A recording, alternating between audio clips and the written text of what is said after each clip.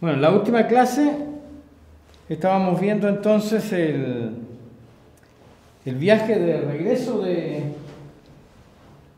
de José, María y Jesús a Nazaret, desde Egipto a Nazaret. Y veíamos entonces de que es un viaje no menor, de mínimo 250 kilómetros. Alguien de la clase, en la clase anterior me hacía el comentario, la acotación de que desde la frontera de Palestina hasta Egipto habían como 400 kilómetros, así que incluso es mucho más largo el viaje. Lo otro que hay que considerar, como decíamos, de que estos viajes no eran hechos con la misma premura con que los hacemos hoy, o sea, ellos se tomaban su tiempo para viajar. Y es muy posible, entonces, también de que el viaje no fuera hecho inmediatamente, el regreso no fuera inmediatamente después de que asumió Arquelao. Porque las noticias, debemos recordar que las noticias tampoco eran como ahora, ¿verdad? De que uno conecta la televisión y se entera de lo que está ocurriendo prácticamente en el mismo instante, por lo cual, una vez que se enteraron probablemente de que Herodes el Grande había fallecido y que había asumido sus hijos, puede haber pasado bastante tiempo entre tanto, como para saber de que Arquelao estaba en Judea y que Antipas estaba en Galilea, y tomar la decisión de ir a Nazaret en vez de quedarse en Judea. Ahora, una vez regresando a Nazaret, la familia completa entonces se queda viviendo ahí y ya no tenemos mayor mención de ellos hasta el relato de Lucas en el capítulo 2,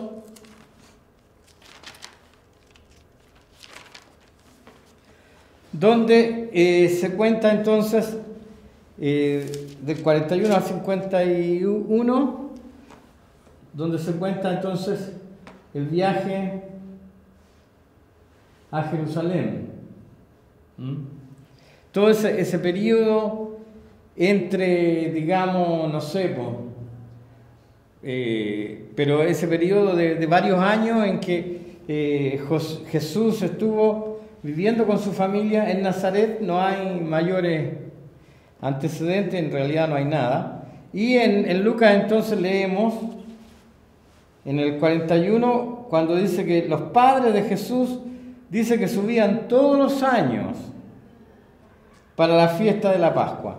Esto en realidad es absolutamente normal para una típica familia judía de la época. Esto lo mencionamos al comienzo del curso, cuando dijimos de que en realidad toda familia judía y todo judío bien plantado, por así decirlo, ¿verdad?, tenía que viajar una vez al año al menos al templo, a adorar en el templo de Jerusalén. Así que esta nota de Lucas aquí es absolutamente dentro de los parámetros normales, diríamos, no es algo extraordinario, porque ellos acostumbraban a hacerlo. Entonces, este viaje ahora de Nazaret a Jerusalén era algo que hacía todos los años la familia. Y para la Pascua. Ahora, cuando Jesús cumplió 12 años, fueron allá según era costumbre. Como decía, no es algo extraordinario.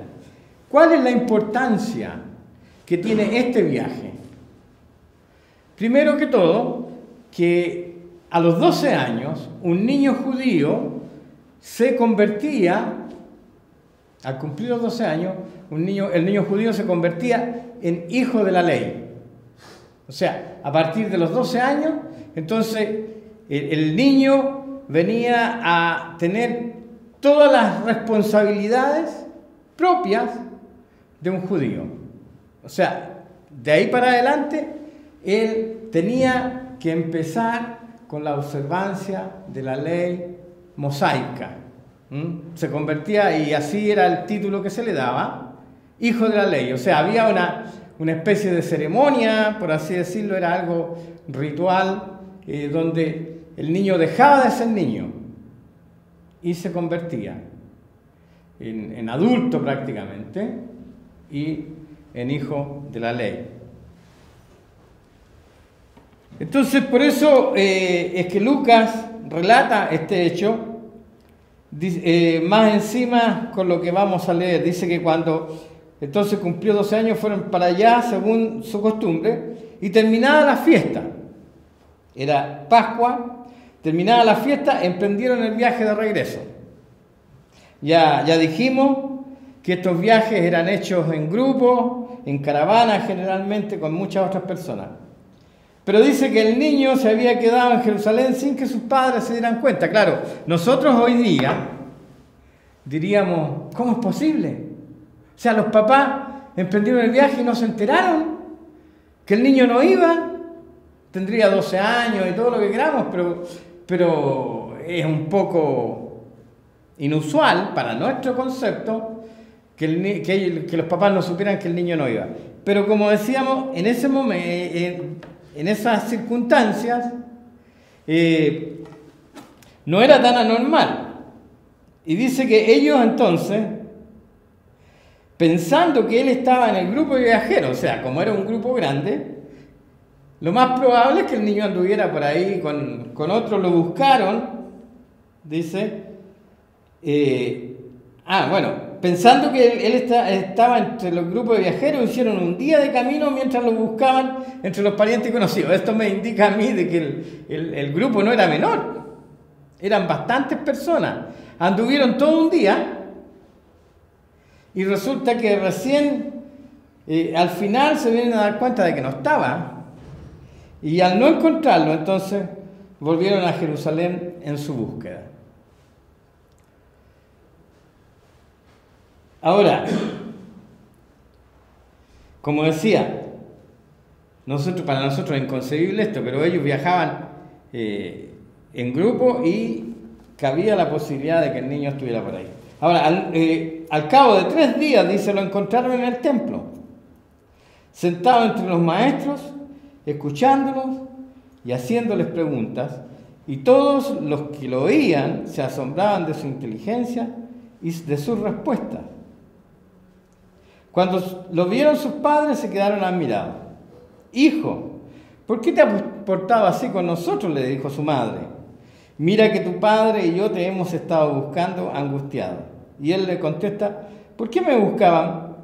¿No sabían que tengo que estar en la casa de mi padre?». Pero ellos no entendieron lo que les decía. O sea, imaginémonos el cuadro después de 3 días de buscarlo en Jerusalén. Jerusalén no es Belén, es una ciudad bastante más grande, y seguramente lo buscaron por todos los lados, que ellos deben haber pensado que el niño podría estar, y finalmente al 3er día lo encuentran en el templo, junto con los sacerdotes y los doctores ahí de la ley, los eruditos, y el niño estaba entre ellos preguntando, y no solamente preguntando, ¿cierto? Lo interesante, dice de que estaba dándoles respuestas a preguntas de los sacerdotes, de los estudiosos de la ley, o sea, y es más, Lucas relata de que ellos se asombraban de las respuestas de este niño, que con 12 años estaba ahí debatiendo en el templo. Vamos a ver una imagen para que nos hagamos una idea. Que la dejé al fondo, parece. Sí, ahí. Templo de Jerusalén. Este es el edificio, esta es una maqueta de lo que era el templo de Jerusalén. Y en este lugar, entonces, estaba Jesús compartiendo con los rabinos ahí, los sacerdotes y todo. Este es uno de los pórticos del templo. Más adelante vamos a volver a estas imágenes porque son interesantes. Cuando en el Nuevo Testamento habla del pórtico de Salomón, por ejemplo, del pórtico de tal, esto es uno de los pórticos. Y en estos lugares era donde la gente se reunía entonces para conversar, para debatir, para hablar de las Escrituras y todo lo concerniente al culto a Dios. Entonces, en un lugar como este, José y María encontraron a Jesús conversando, como decíamos, con estos sacerdotes y estos escribas y eruditos. Ahora, como decíamos, Jesús ya se convirtió en hijo de la ley, o sea, dio el salto, pasó desde la infancia a la adultez prácticamente en un instante, y ahora en sus respuestas podemos ver que tiene una actitud diferente. O sea, ya no es el niñito chiquitito que juega a las bolitas en la casa, sino que ahora tiene una postura distinta para mi gusto, digamos. Y por eso que cuando María le increpa un poco, ¿por qué no hiciste esto? Tu padre y yo estábamos angustiados buscándote, 3 días te hemos andado, ya imaginémonos la escena, 3 días te hemos andado buscando y tuvimos que devolvernos, ya íbamos por allá, no sé. Conversaba con uno de los hermanos, con Arturo, y él me decía de que ellos hicieron un viaje de 160 kilómetros en 20 días, caminando 20 kilómetros diarios, pero a los después de caminar 20 kilómetros quedaban tan muertos que el segundo día lo dedicaban solamente para descansar, para poder reponerse, para seguir al tercer día caminando. O sea, esto me llamó la atención y es interesante porque nosotros hablamos así de estos viajes, ¿verdad? Y que anduvieron un día de camino, pero si uno lo tuviera que hacer en la práctica, no es menor el tema. O sea, estamos hablando de todo un esfuerzo y de distancias que había que recorrer a pie. Así que tenemos a Jesús entonces ahí en el templo con sus padres, reprochándoles su conducta, y él respondiendo y diciendo, en realidad, esto es lo que yo necesito, por así decirlo. Esto es lo que yo tengo que hacer, estar aquí en este lugar. Como él dice, no sabían que tengo que estar en la casa de mi Padre. O sea, aquí ya Jesús empieza, como yo decía, a manifestar también su identidad. Ya no es, como dije, un niñito que solamente juega. Ahora, igual, en el 51 dice, y descendió con ellos y volvió a Nazaret y estaba sujeto a ellos. Y su madre guardaba todas estas cosas en su corazón. Y Jesús crecía en sabiduría y en estatura y en gracia para con Dios y los hombres. Volvamos a la diapositiva que estábamos viendo.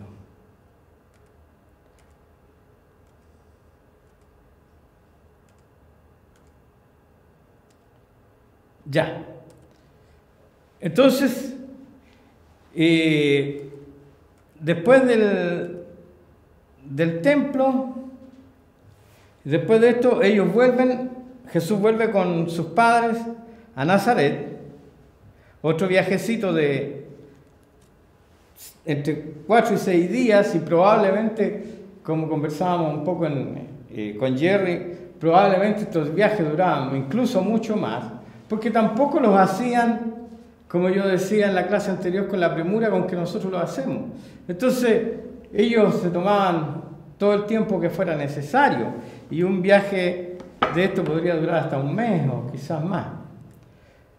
Pero vuelve con sus padres, y como dice el relato de Lucas, ya de joven y adulto, hasta la edad de 30 años más o menos, Jesús se queda en su casa sin que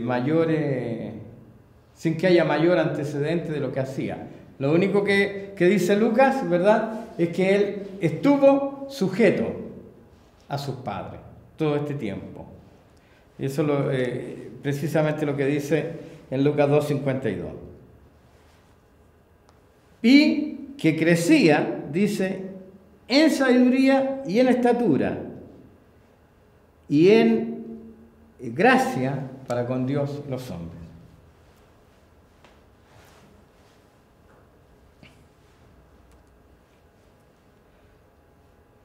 Ahora, la niñez de Jesús entonces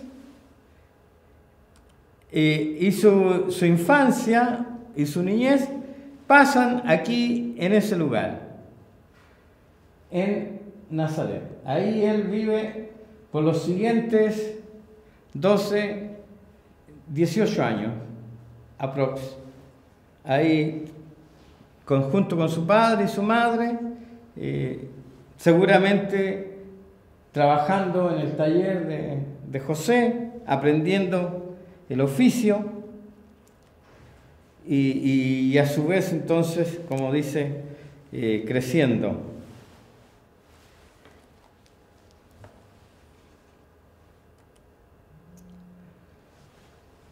Vamos ahora a ver el bautismo de Jesús. Mateo 3.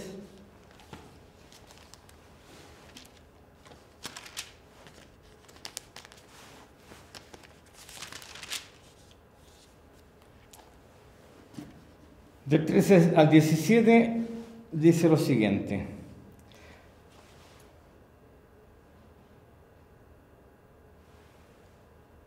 Algo no me cuadra aquí.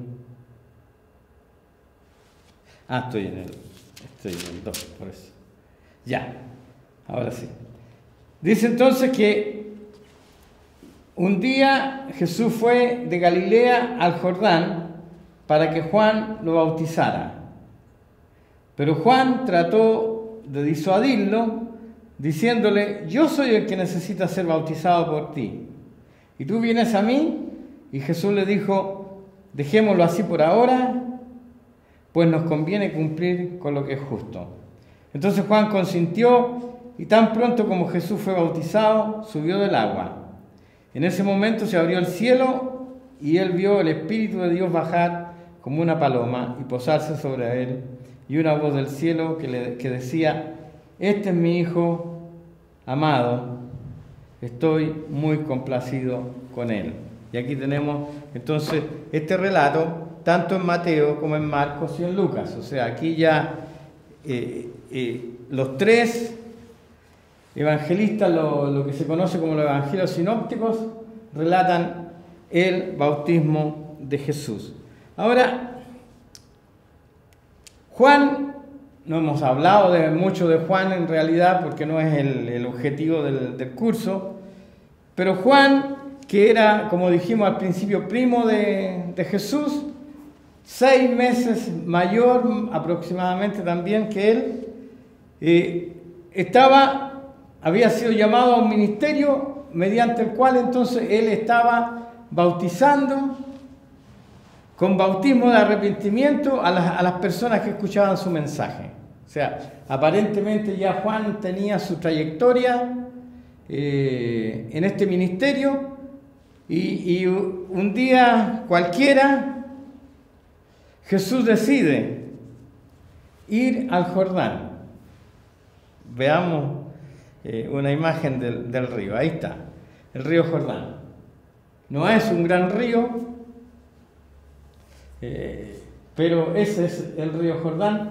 Hoy por hoy se acostumbra, todos los que peregrinan allá a la Tierra Santa, como dicen, aprovechan mucho de bautizarse en el lugar, o al menos en el río, no creo que el mismo lugar, pero al menos en el río en que se bautizó Jesús. No sé si tendrá alguna importancia eso, algunos le dan una connotación especial, pero Jesús llega a este río, ahí, donde está Juan bautizando. Me imagino que había gente ahí esperando ser bautizada, otros siendo bautizados. Y Jesús se acerca a Juan y le dice, bueno, bautízame, ¿verdad? Y Juan lo mira y le dice, no, yo necesito que tú me bautices, no yo bautizarte a ti. No quería, porque Juan ya sabía de quién se trataba. El Espíritu Santo ya le había mostrado quién era Jesús. Y Jesús le insiste entonces, y le dice, no, si es necesario que así sea para que cumplamos toda la ley o todos los requerimientos del momento. Y entonces, finalmente, Juan accede y lo bautiza. Y según el relato, Jesús sale del agua y tiene esta visión del Espíritu Santo descendiendo sobre él como paloma. Esta visión aquí no aclara, los evangelios no aclaran si la vio solamente Jesús, pero al menos, aparte de Cristo, a lo menos la vio Juan también. Porque Juan dice, después dando testimonio de esto, dice de que el Espíritu Santo o el Señor le había dicho, aquel sobre el cual veas descender el Espíritu Santo como paloma y que permanece sobre él, ese es el Mesías. Así es que, por lo menos, Jesús y Juan vieron al Espíritu Santo descender sobre él como paloma. Y junto con eso, la voz que se oye, y también nuevamente no sabemos si la oyó todo el mundo o solamente Jesús y Juan, esta voz que se oye que dice, este es mi Hijo amado, en el cual estoy muy complacido. O sea, si nosotros pensamos un poco en este relato y lo que significa, o sea, yo no sé si alguno de ustedes alguna vez ha escuchado la voz de Dios, así de forma audible. Yo no. Y no sé si al escucharla, ¿qué haría, digamos? Y menos todavía, a lo mejor podríamos de repente escucharla, pero para que nos dé un tirón de oreja, o sea, que nos diga, ¿qué estás haciendo? ¿Qué sé yo? Pero escuchar este testimonio que Dios, el Padre, hace sobre Jesús, este es mi Hijo amado, y yo estoy muy contento con él. Recordemos, como decíamos, de que aparte de su aparición en el templo a los 12 años, hasta aquí Jesús no había literalmente hecho nada extraordinario. No había nada en su currículum que pudiéramos decir, no, pero que claro, el Padre estaba contento por esto, por esto, por esto. El único, como veíamos que dice Lucas, o que dice Mateo, perdón, es de que él estaba sujeto a sus padres. Interesante, ¿eh? Interesante.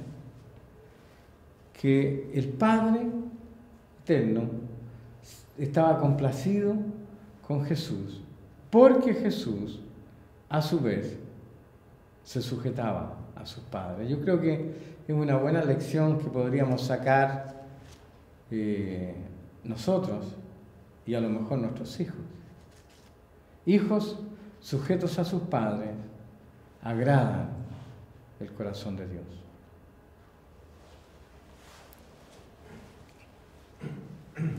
Pasemos, volvamos a pero ahí ya terminamos, vamos a la siguiente. Este es un tema que a muchos a lo mejor va a sorprender, la genealogía de Jesús. Jerry en su clase la mencionó.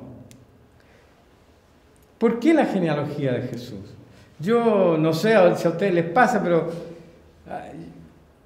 a mí al menos me pasa. Cuando yo voy a leer algunos de los, ya sea Mateo o Lucas, y me encuentro con la genealogía, le echo una mirada así a la rápida y paso al siguiente capítulo o al siguiente párrafo porque no le encuentro, o nunca le había, hasta el momento, nunca le había encontrado el sentido a la genealogía de Jesús. Más allá de leer nombres que fulano engendró a sutano y etcétera, etcétera, no tenía mucho sentido, pero estuve investigando y realmente el hecho de que los evangelistas, tanto Mateo como Lucas, lo hayan incluido en sus evangelios, nos habla de la importancia y la trascendencia que tiene la genealogía de Jesús. Así que vamos a revisarla. Vamos a leer en Mateo 1, del 1 al 17, y luego vamos a ver la de Lucas.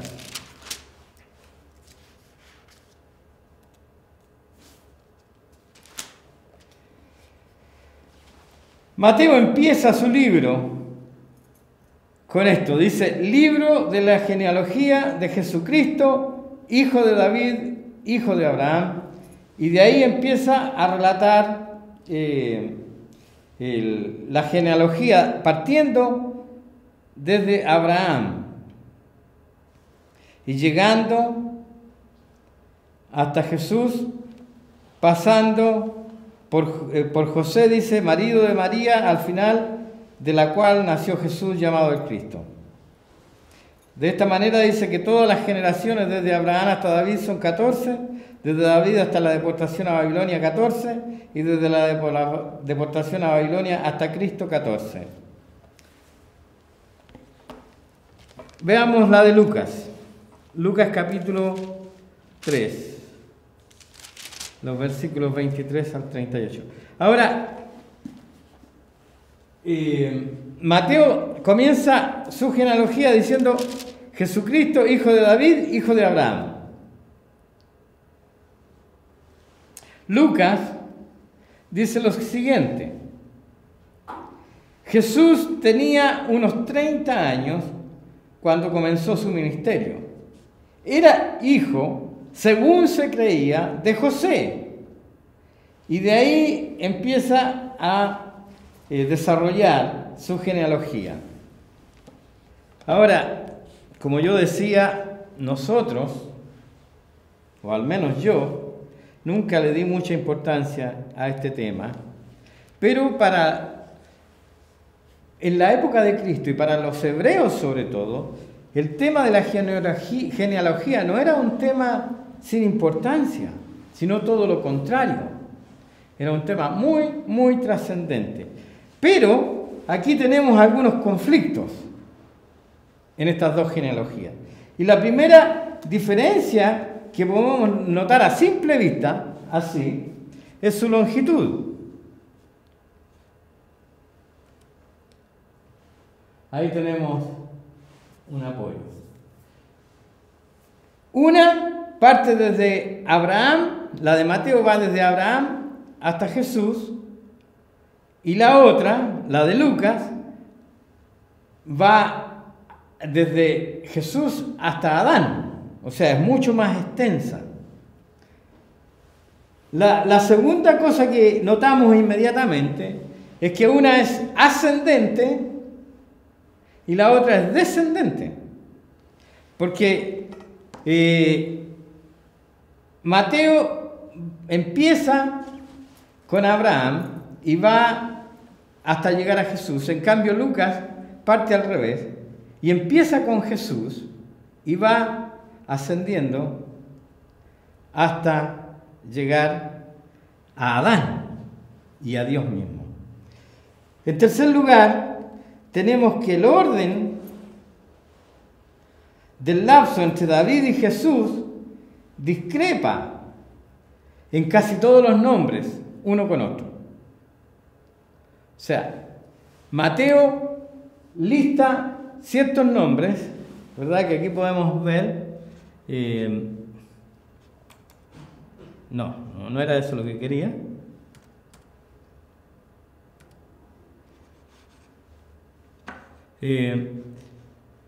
Uno va entonces por el lado de Salomón y el otro va por el lado de Natán. Mateo va por el lado de Salomón, en cambio Lucas va por el lado de Natán, y son absolutamente distintos todos los nombres. Y finalmente, Mateo omite los descendientes de Abraham, ya que este evangelio iba dirigido especialmente a los judíos. En cambio, Lucas, la genealogía que da es universal. ¿Por qué? Porque como todos sabemos, el evangelio de Lucas iba dirigido a los gentiles. Básicamente, el destinatario del evangelio de Lucas era una persona en particular, Teófilo. Entonces, la idea de Lucas va mucho más allá en el desarrollo de su genealogía. También hay algunas semejanzas, o sea, junto con estas discrepancias, con estas divergencias, también hay algunas, como decía, semejanzas. Los primeros 14 nombres que van desde Abraham hasta David son iguales en las dos listas. Prácticamente iguales. Excepto aquí, y como mencionaba Jerry en su clase, en el caso de Judá se menciona a Tamar, y en el caso de Salmón se menciona a Rahab, la ramera, y en el caso de Boz, obviamente a Ruth, como parte de la genealogía. Lo otro que hay que entender es que la genealogía judías eran de parte y solamente con los hombres. No se usaban las genealogías de mujeres. Ahora, Salatiel y Zorobabel se encuentran en ambas genealogías, aunque lo más probable, y según la mayoría opina, que puedan ser diferentes personas, no necesariamente los mismos en ambas genealogías. Ahora, lo que tenemos que ver y respondernos ahora en esto es, ¿por qué dos genealogías? Si se supone que Jesús tiene una línea nomás de descendientes. ¿Por qué dos genealogías? Esto tiene una importancia no menor en cuanto a lo que se pretende o los evangelistas querían demostrar respecto de Cristo. Y Mateo, entonces, como ya hemos dicho, pretendía demostrar con la genealogía que él lista en su evangelio que Jesús es descendiente directo de David y por lo tanto en línea de sucesión del trono de David. O sea, que Jesús por herencia le correspondía el trono de David. Ahora, José era descendiente de David y Jesús, en ese sentido, como hijo adoptivo de José, tenía derecho obviamente al trono de David, su padre. En el caso de Lucas, la mayoría de los entendidos y de los eruditos coincide entonces en el hecho de que Lucas toma la línea de María, ¿ah? Para hacer su genealogía, y por eso la diferencia de los nombres. Como decíamos entonces, Mateo parte desde Abraham, pero desde David se va por el lado de Salomón, ¿verdad?, llegando a José. En cambio, Lucas se va por el lado de Natán, el otro hijo de David, llegando entonces a Elí, que es el padre de María. Pero interesante lo que dice Lucas. Dice, en el 23 dice, tenía como 30 años cuando era, según se creía, hijo de José. O sea, aquí Lucas establece claramente el hecho de que Jesús no es descendiente directo o sanguíneo de José, sino él era hijo de María, pero no de José. Entonces ahí hay una cosa interesante, porque Mateo dice que Jesús era hijo de José, y de ahí va desarrollando, pero Lucas dice no. Ahora, por el lado de la línea, podríamos decir, sanguínea, natural, humana, de José, Jesús llega a David y tiene, como yo dije, derecho al trono. Por el lado de María, Jesús llega a David por el lado de Natán. Pero por eso es que Lucas prolonga su genealogía hasta Adán mismo, y dice que Enós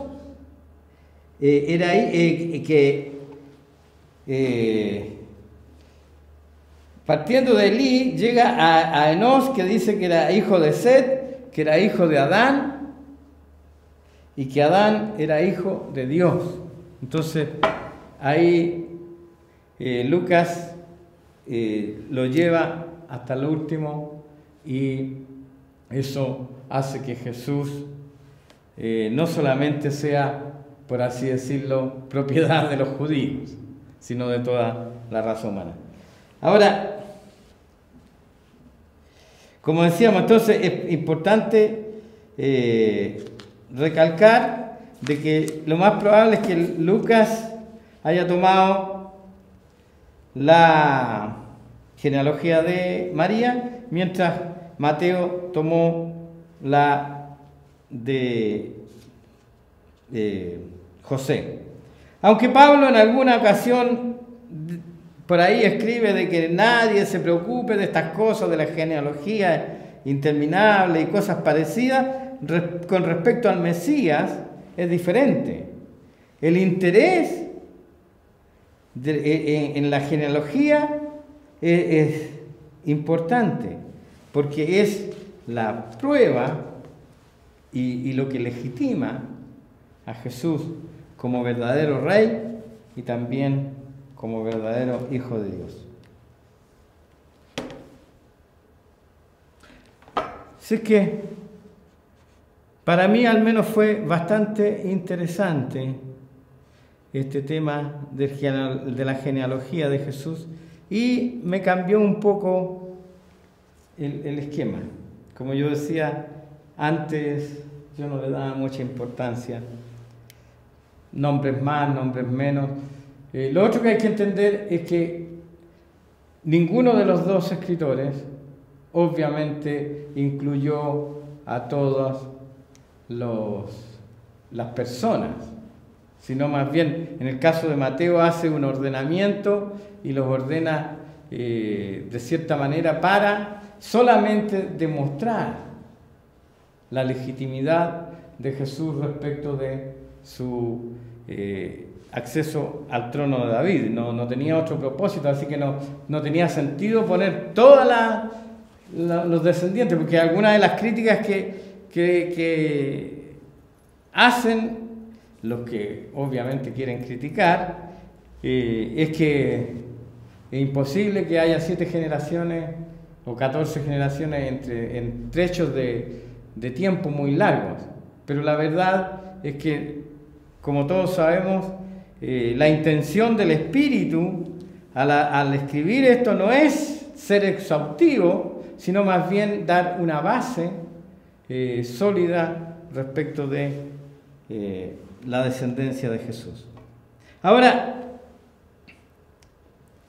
Jesús, después de ser bautizado, en Mateo capítulo 4, leemos de que aparentemente, inmediatamente después que fue bautizado, fue llevado, dice, entonces Jesús fue llevado por el Espíritu al desierto para ser tentado por el diablo. De repente uno piensa, y algunos dicen, no, es que ¿cómo Dios va a permitir o va más encima a proponer que el diablo te tiente? Pero aquí encontramos algo interesante. Jesús fue llevado a propósito por el Espíritu Santo al desierto para ser tentado por Satanás. Debemos recordar lo que dice la palabra de que la fe debe ser probada. Y la tentación es precisamente una forma de prueba. Ahora, Jesús necesitaba pasar esta prueba. ¿Era necesario para él? Yo pienso que no. Pero sí era necesario para los propósitos de Dios al respecto. Jesús está comenzando su vida pública, ¿verdad?